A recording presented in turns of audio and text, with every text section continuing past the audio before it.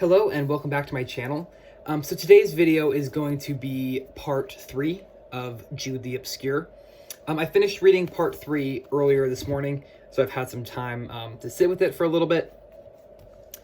A lot happens in the third part of this novel. We have the reconnection of a lot of major characters from the first two parts kind of re-emerging in part 3. So part 3 opens with Jude still kind of stuck in his mood. He is still very much distraught with himself of not being able to achieve his childhood dreams of getting into university. He is still very angry with himself with the fact that Christminster is not what he built it up in his mind to be. So he has a lot of this inward sort of turmoil and battle going on with himself about how reality is so much different from the fictionalized version of the city that he had created for himself. And then he has this extra layer added on of his relationship, his kind of forbidden relationship with Sue, who is his cousin. And so that makes it, first of all, impossible for him to pursue a relationship with her, even though he somehow still convinces himself that it is possible and that for some reason she is just not receptive to it. And then we also have the schoolmaster Phillotson, who is in a relationship with Sue. They are in fact engaged in the third part of the novel, and this is another layer of frustration for Jude. Also in the third part, we have the reemergence of Arabella, who comes back from Australia and reappears in Christminster at a bar as a barmaid.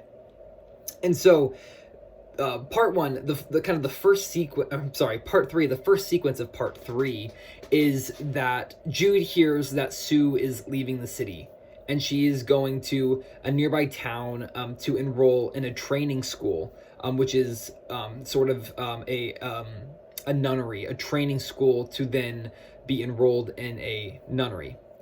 And so Jude hears that Sue is leaving, and she is leaving on the advice of Phillotson, who recommended that she enter school, get a higher education, and then she could teach alongside him. He could teach at the boys' school, she could teach at the all-girls school, and they would be able to live together and bring in twice the income, and that will happen in 2 years. And so he essentially proposes marriage in 2 years to Sue. And Jude hears this, and he is first of all very he's very anxious at the thought of Sue being married off to Phillotson. And so he decides that he is going to follow Sue to the new town, and he is going to get a new job and focus on, instead of enrolling in a university, because he has come to the realization that that is not going to happen for him, that he has instead shifted his views from university and from being a scholar into entering into the church. And so that's his new plan. And so he goes to this new town where Sue has relocated in this training school, and he gets himself newly employed, and he starts working on his studying for entering into the church. And all this time, while he is working on all of this, he is trying to find a way to connect with Sue, to find Sue, because she's at this all girls training school where the rules are very strict. And Sue, of course, feels very suffocated by this because she is such a free spirit, as we saw in part 1 and part 2. Or I'm sorry, just in part 2, at the end of part 1 and part 2.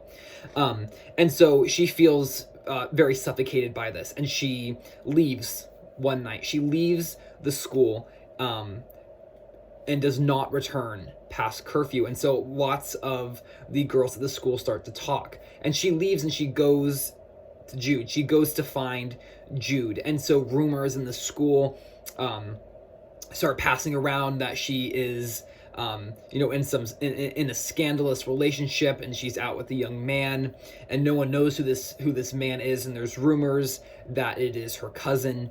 And so the headmistress of the school sends for further information from Christminster about Sue's family, wanting to find out if she does in fact have a cousin. And the paperwork comes back that Sue doesn't have a cousin, and so it sends this whole school into a tizzy about, who is this gentleman caller who Sue has obviously been captured by, and that's why she hasn't returned.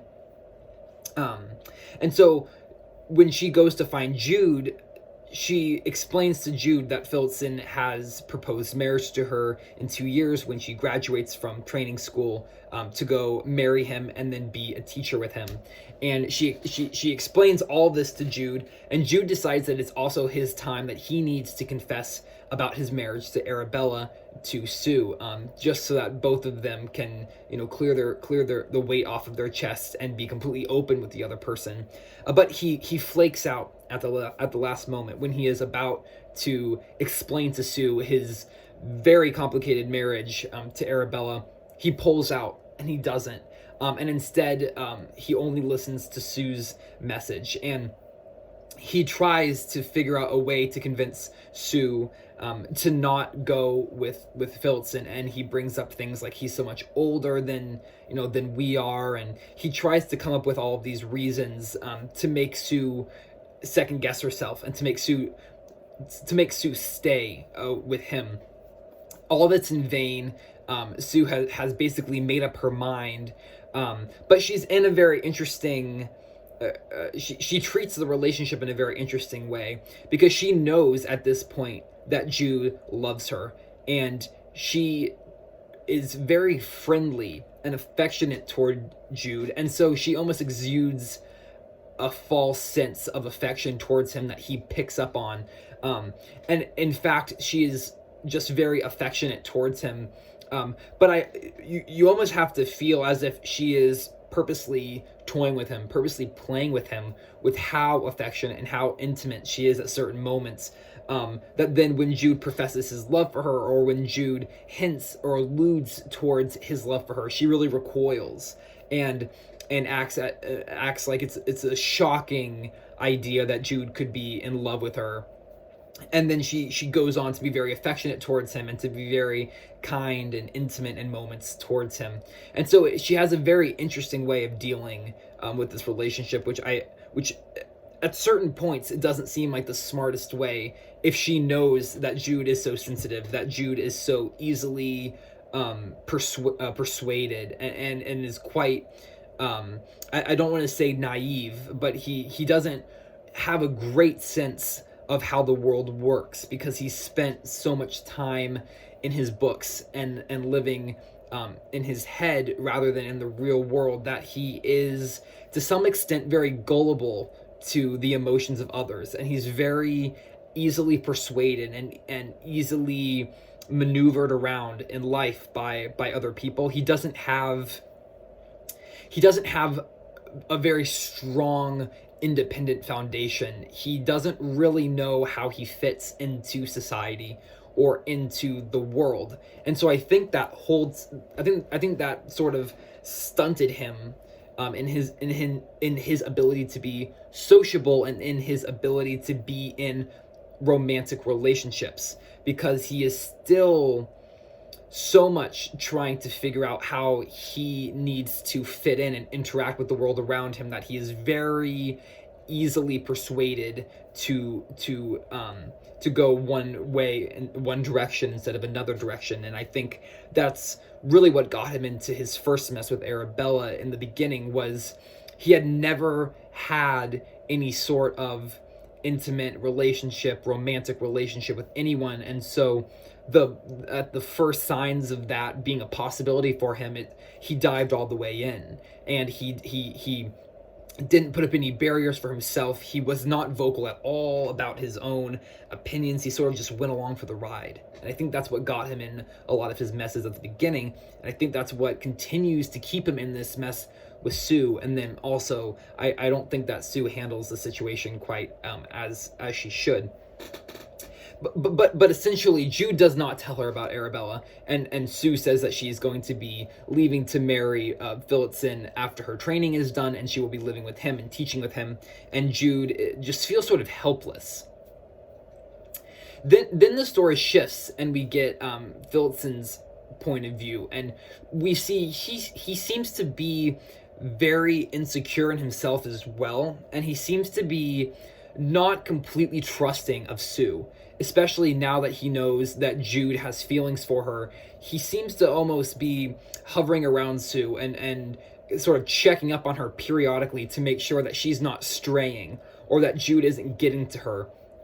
And we even see a couple conversations in this part between Phillotson and Jude that are very tense. You can feel the tension between the two of them, and it's not that they don't like each other, because when Jude was much younger, they were student and teacher, but now that Jude is older and they are both pursuing Sue, obviously you have this very territorial sort of behavior between the two of them of both fighting over the same woman, and Phillotson feeling like Jude has not paid his dues yet to basically to have Sue, and that he is the one who is much more mature and much more ready to be in this sort of relationship, and that's why Jude should really back off and not try to persuade Sue to stay,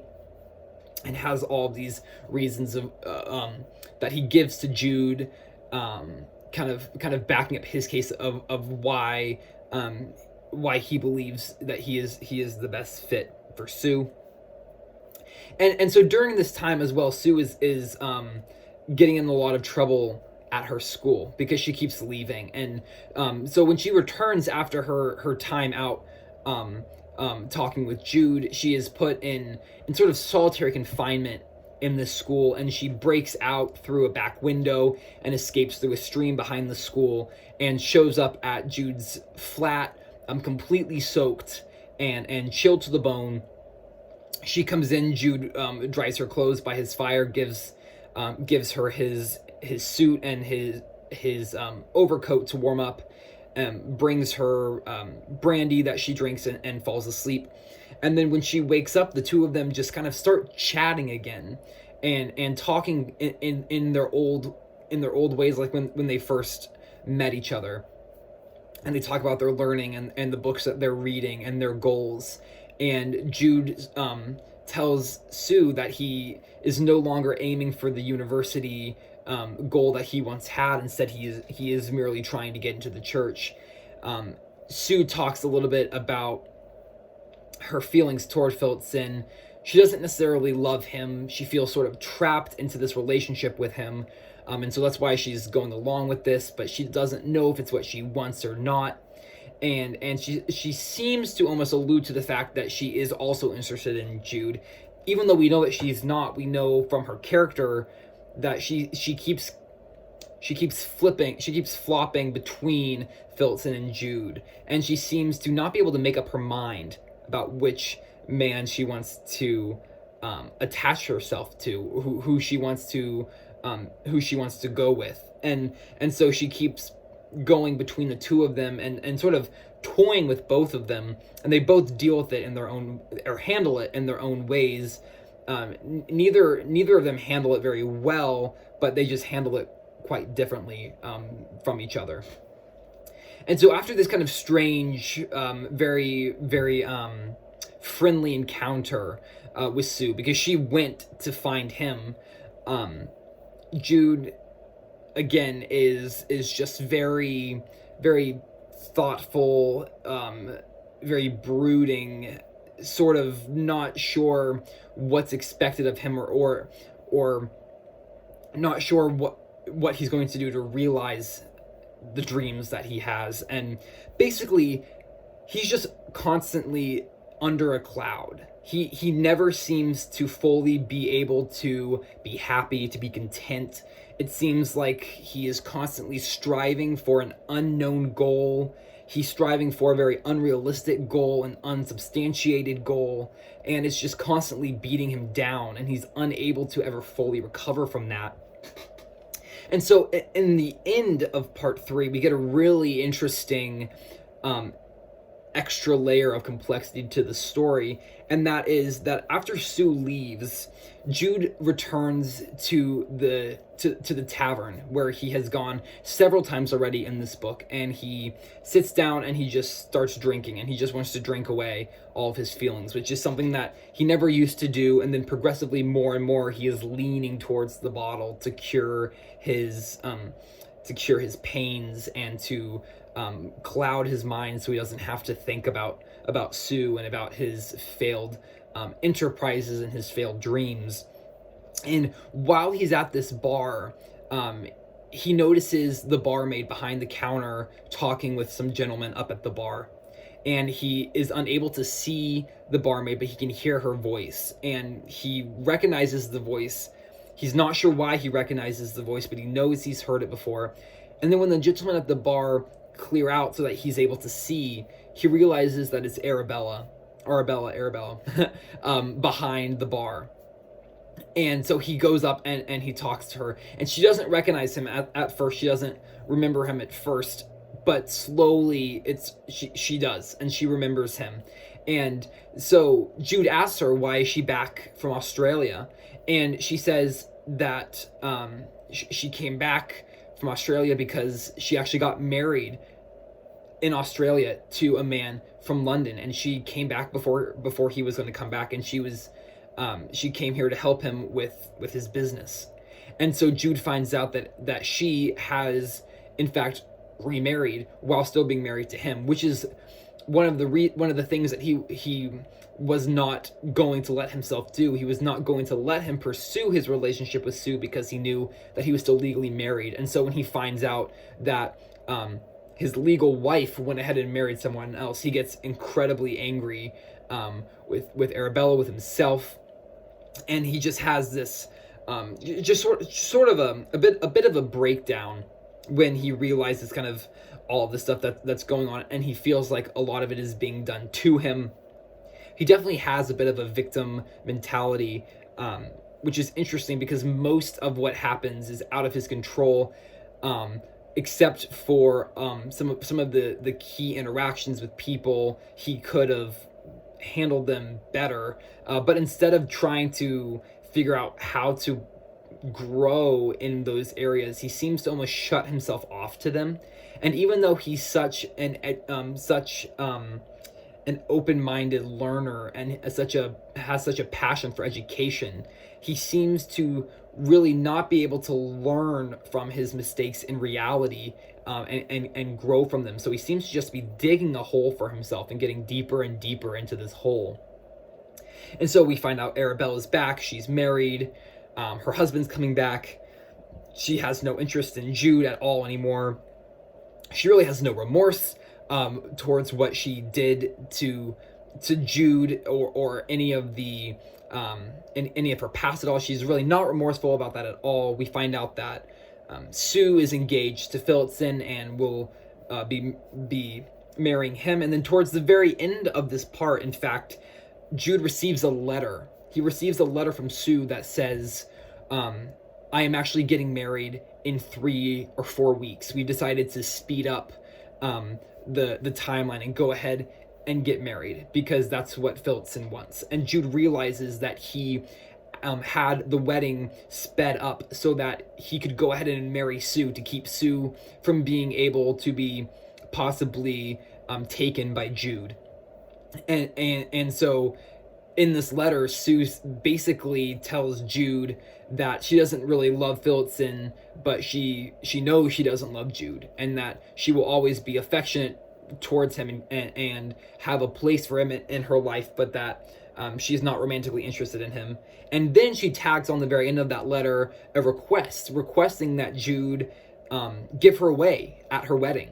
So basically she is bringing the man who is the most emotionally unbalanced, emotionally fragile, to her wedding, having asked him to give her away to the other man who was interested in her, which is, I felt, was an incredibly cold yet clueless request of Sue, of not at all thinking that it might be awkward for Jude to go to her wedding where he was not the groom. I thought, that was very interesting. And Jude replied just sort of baseless, just sort of very blunt, and said, of course I'm happy for you. I want you to do what you think is best for you, and sure, I will be there and I'll give you away. And he just writes it off quickly and sends it away. And then sort of the weight of the request sort of hits him periodically later on after this exchange in letters. Then he spends a whole day out in the city, walking around, looking at all of the colleges, looking at all of the buildings, and sort of brooding, which is a very common theme so far. We've had a lot of scenes of Jude just sort of wandering the streets, brooding in thoughts, and being very much detached from reality and just sort of roaming. Then when he returns that night, he sees that he missed a letter in the post from Sue asking to meet up with him. And he's incredibly angry with himself that he was out of the house when this letter came, and now he's unable to reply to it because it's so many hours later. It can't be acted upon anymore. And he wonders why Sue was sending him this letter, and why she wants to meet him. And so this part ends with Sue getting married incredibly soon, but then requesting that Jude give her away at her wedding, then requesting a meeting with Jude without specifying the reason for this meeting. Arabella's back in England, back in Christminster. She's married, awaiting the return of her husband from Australia. So she is now back on the scene, but completely emotionally unavailable to Jude. So Jude has all of these people back in his life from different stages of his previous experiences in life. They're all back in the same city together with him, but they are all around him, but they are no longer connected to him. So he feels again his original isolation that he felt before any of them were ever brought in his life. And he's interacting in their lives, and they're interacting in his life, but everyone has their own sort of soap drama going on. They all have their own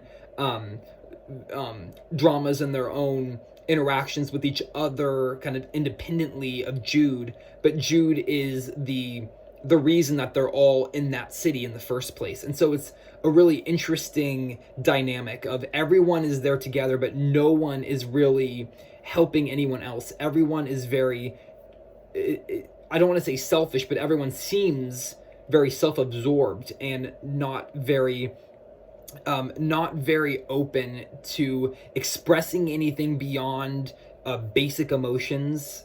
We don't really get very many conversations or discussions between characters that seem to actually achieve anything beyond just making the people within that dialogue more depressed or more anxious or more sad or more angry.